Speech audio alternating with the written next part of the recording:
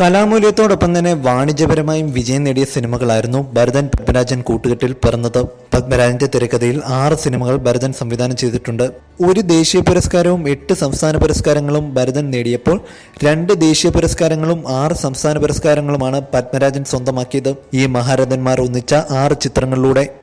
പ്രയാണം മലയാള സിനിമ എന്നും ഓർമ്മിക്കുന്ന ഒരുപാട് ചിത്രങ്ങൾ സമ്മാനിച്ച ഭരതൻ പത്മരാജൻ കൂട്ടുകെട്ടിന് തുടക്കം കുറിച്ചത് 1975 പുറത്തിറങ്ങിയ പ്രയാണം എന്ന ചിത്രത്തിലൂടെയായിരുന്നു. പത്മരാജൻ ആദ്യമായി തിരക്കഥ എഴുതിയതും പ്രയാണത്തിനു വേണ്ടിയായിരുന്നു. മോഹൻ ശർമ്മ, കൊട്ടാരക്കര ശ്രീധരൻ നായർ, മാസ്റ്റർ രഘു, കവിയൂർ പൊന്നമ്മ തുടങ്ങിയവരായിരുന്നു പ്രധാന താരങ്ങൾ. ചിത്രം ബ്രാഹ്മിൺ സമുദായത്തിലെ അനാചാരങ്ങളിലേക്കും അന്ധവിശ്വാസങ്ങളിലേക്കും ഇറങ്ങിച്ചെല്ലുന്നു. ചിത്രത്തിൽ മകളുടെ പ്രായമുള്ള യുവതിയെ വിവാഹം ചെയ്ത വൃദ്ധനായി കൊട്ടാരക്കര അഭിനയിച്ചിരിക്കുന്നു. ചിത്രം 3 സംസ്ഥാന അവാർഡുകൾ നേടി. ചിത്രത്തിലൂടെ ബാലു മഹേന്ദ്രയ്ക്ക് മികച്ച ഛായാഗ്രാഹകനും മാസ്റ്റർ രഘുവിന് മികച്ച ബാലതാരത്തിനുള്ള സംസ്ഥാന പുരസ്കാരവും ലഭിച്ചപ്പോൾ മികച്ച കലാസംവിധായകനുള്ള പുരസ്കാരമായിരുന്നു ഭരതനെ തേടിയെത്തിയത്. ചിത്രം 1980 സാവിത്രി എന്ന പേരിൽ ഭരതൻ തമിഴിലേക്ക് റീമേക്ക് ചെയ്തെങ്കിലും പരാജയപ്പെട്ടു.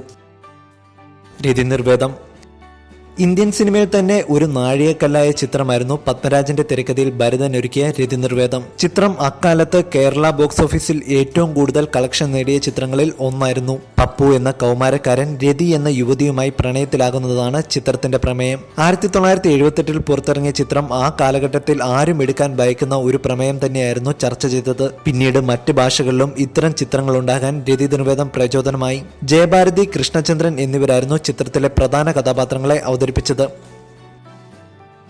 തകര ഏറെ വിവാദങ്ങൾക്ക് വഴിയൊരുക്കിയ ചിത്രമായിരുന്നു പത്മരാജന്റെ തിരക്കഥയിൽ ഭരതൻ ഒരുക്കിയ തകര. പ്രതാപ് പോത്തൻ, സുരേഖ, നെടുമുടി വേണു തുടങ്ങിയവരായിരുന്നു പ്രധാന താരങ്ങൾ. ചിത്രത്തിലെ ചൂടൻ രംഗങ്ങൾക്ക് ഇന്നും യൂട്യൂബിൽ കാഴ്ചക്കാർ ഏറെയാണ്. അഭിനേതാക്കളുടെ മികച്ച പ്രകടനവും പത്മരാജന്റെ തിരക്കഥയും ഭരതന്റെ സംവിധാന മികവും ഒത്തുചേർന്നപ്പോൾ നല്ലൊരു ചലച്ചിത്രാനുഭവമായിരുന്നു തകരയിലൂടെ മലയാളി പ്രേക്ഷകർക്ക് ലഭിച്ചത്.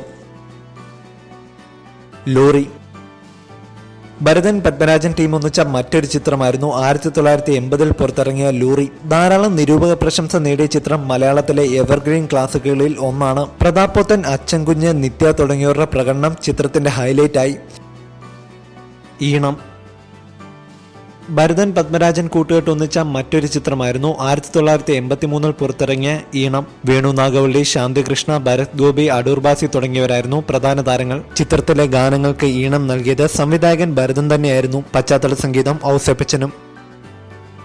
ഒഴിവുകാലം പത്മരാജന്റെ തിരക്കഥയിൽ ഭരതൻ സംവിധാനം ചെയ്ത ചിത്രമായിരുന്നു 1985 പുറത്തിറങ്ങിയ ഒഴിവുകാലം. പ്രേം നസീർ, ശ്രീവിദ്യ, രോഹിണി തുടങ്ങിയവരായിരുന്നു പ്രധാന താരങ്ങൾ. ഗൃഹലക്ഷ്മി പ്രൊഡക്ഷൻസിന്റെ ബാനറിൽ PV ഗംഗാധരൻ നിർമ്മിച്ച ചിത്രം ബോക്സ് ഓഫീസിൽ കാര്യമായ ചലനങ്ങൾ ഉണ്ടാക്കിയില്ല.